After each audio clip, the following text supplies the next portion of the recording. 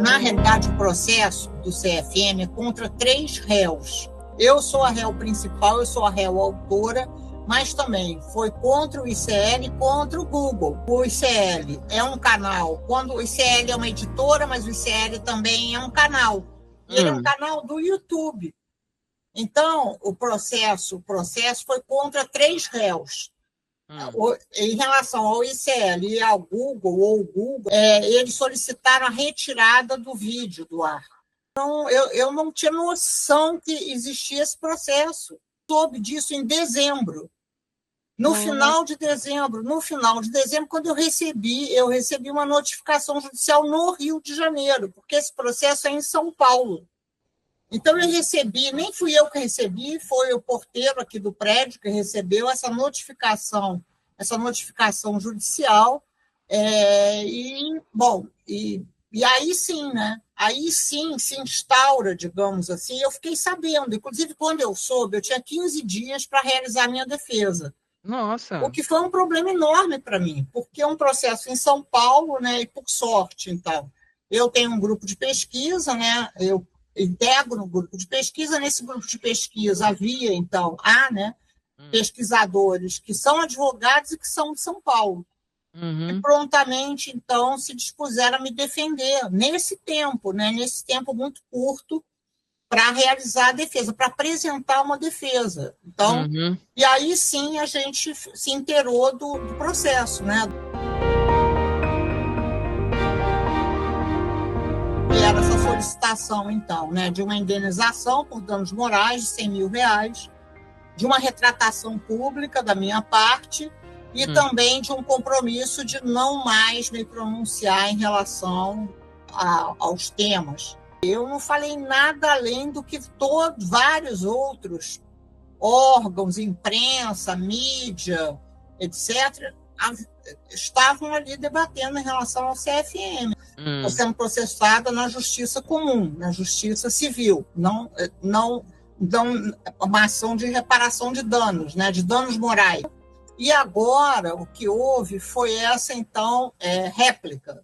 E nessa réplica, na minha interpretação, houve assim uma espécie de tom acima, né? De um tom acima de, digamos, de acusação a mim, né? Por que tom acima? Porque nessa réplica, então, consta que eu estaria incitando a violência, né? Estimulando a violência e ameaçando a vida de conselheiros.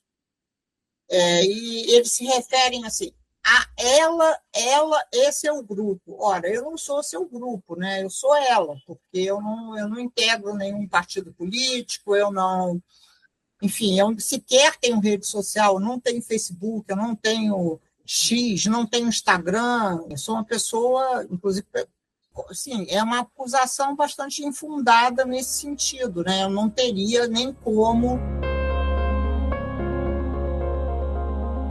Os meus advogados pretendem apresentar provas, tanto provas testemunhais, né, cartas que estão de entidades científicas, né, da Academia Brasileira de Ciências, Sociedade Brasileira para o Progresso da Ciência, carta do Conselho Universitário da UFRJ, da Fiocruz, enfim, cartas de apoio que são de inúmeras entidades, né, que estão apoiando. Isso é importante, acho que são provas testemunhais, né? Testemunhais de quê?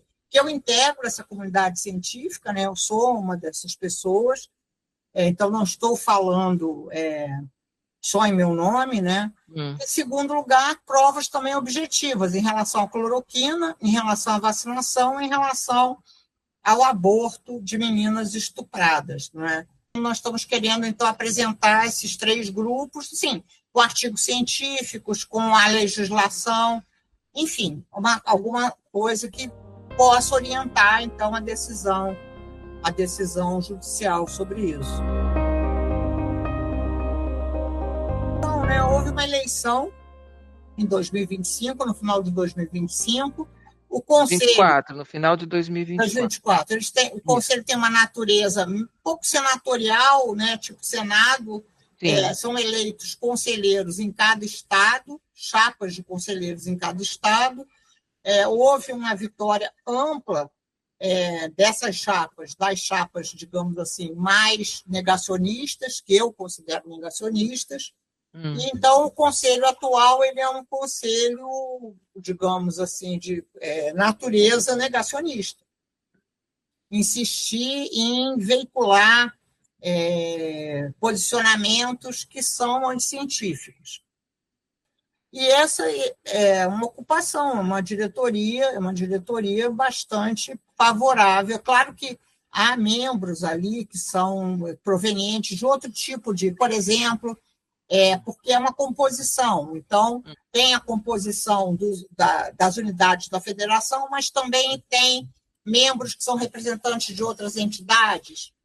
Enfim, então, e não quer dizer também que isso não possa mudar, né? Só com outras eleições, mas que também essas pessoas podem assumir outros posicionamentos, né?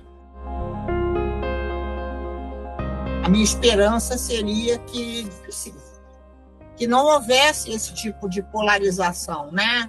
É uma polarização que não interessa, né? Não interessa, mas que acaba gerando de novo, né? Toda aquela radicalização, né? Que nós tentamos evitar o tempo todo, durante a pandemia, durante o início da vacinação, e agora, né? Inclusive, tentamos evitar agora, né? Por exemplo, quando foi solicitado, então, o registro das meninas que fizeram aborto legal, né? Aborto legal. Sim. E que nós tentamos, não, isso não pode ser assim. Então, digamos, acho que nós temos, né, procurado evitar exatamente isso, né? Evitar posições que são muito radicais, né?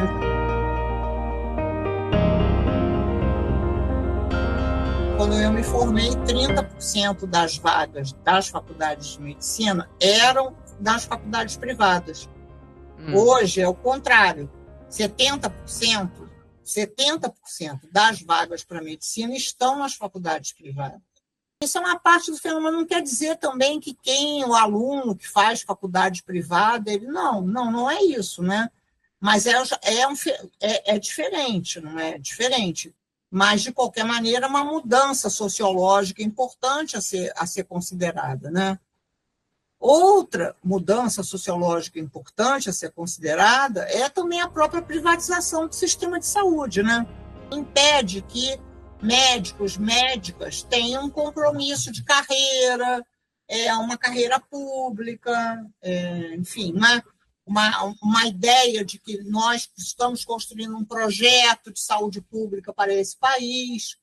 Por outro lado, há uma radicalização no mundo, né? Há, digamos assim, que, obviamente, a classe médica ela não está imune a isso, né? Então, isso não é também isso não é uma prerrogativa exclusiva dos médicos, né? Há uma polarização, há uma... Se essas pessoas elas têm posições no espectro político mais a favor de um polo, mais a favor de outro, ok, né? Esse, digamos assim, é de livre-arbítrio, é uma inclinação ideológica, não é? O que não poderia haver, né? O que não deveria, seria digamos assim, essa confusão, né? Então, a ideia que tem um medicamento, ele é forte, ele protege, digamos assim, uma noção muito forte nas práticas relacionadas à cura. Qual é o problema? O problema é que, num momento de pandemia, a recomendação de um medicamento que não só não tem efeito, mas ele tem efeito colateral, sim, né? Isso é muito grave, muito grave, muito grave. Que nós temos que ter estratégias de contorno. É democrático, essas pessoas foram eleitas, elas não usurparam nenhuma regra democrática, elas foram legitimamente eleitas. Não é? Então, é preciso que a gente compreenda isso, né? E que tenha estratégias de contorno para quê? Para proteger a população. Somos pessoas das universidades, da pesquisa, etc., ela precisa ser divulgada, que isso possa ser amplificado, né? Exatamente por isso é que é preciso que os cientistas sejam mais ouvidos, que eles possam argumentar, possam explicar, tentar explicar mais amplamente, não é? Porque também é muito agoniante não ter um medicamento.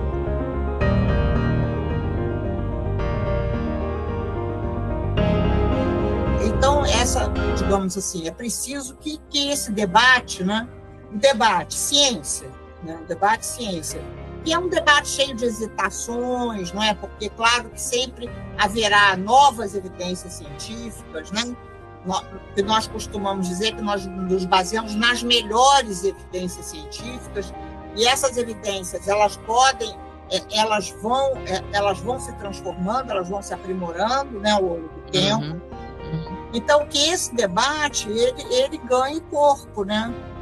Ele tem que sair só das comunidades. Ele tem que sair do interior, digamos assim, das chamadas Torres de Marfim.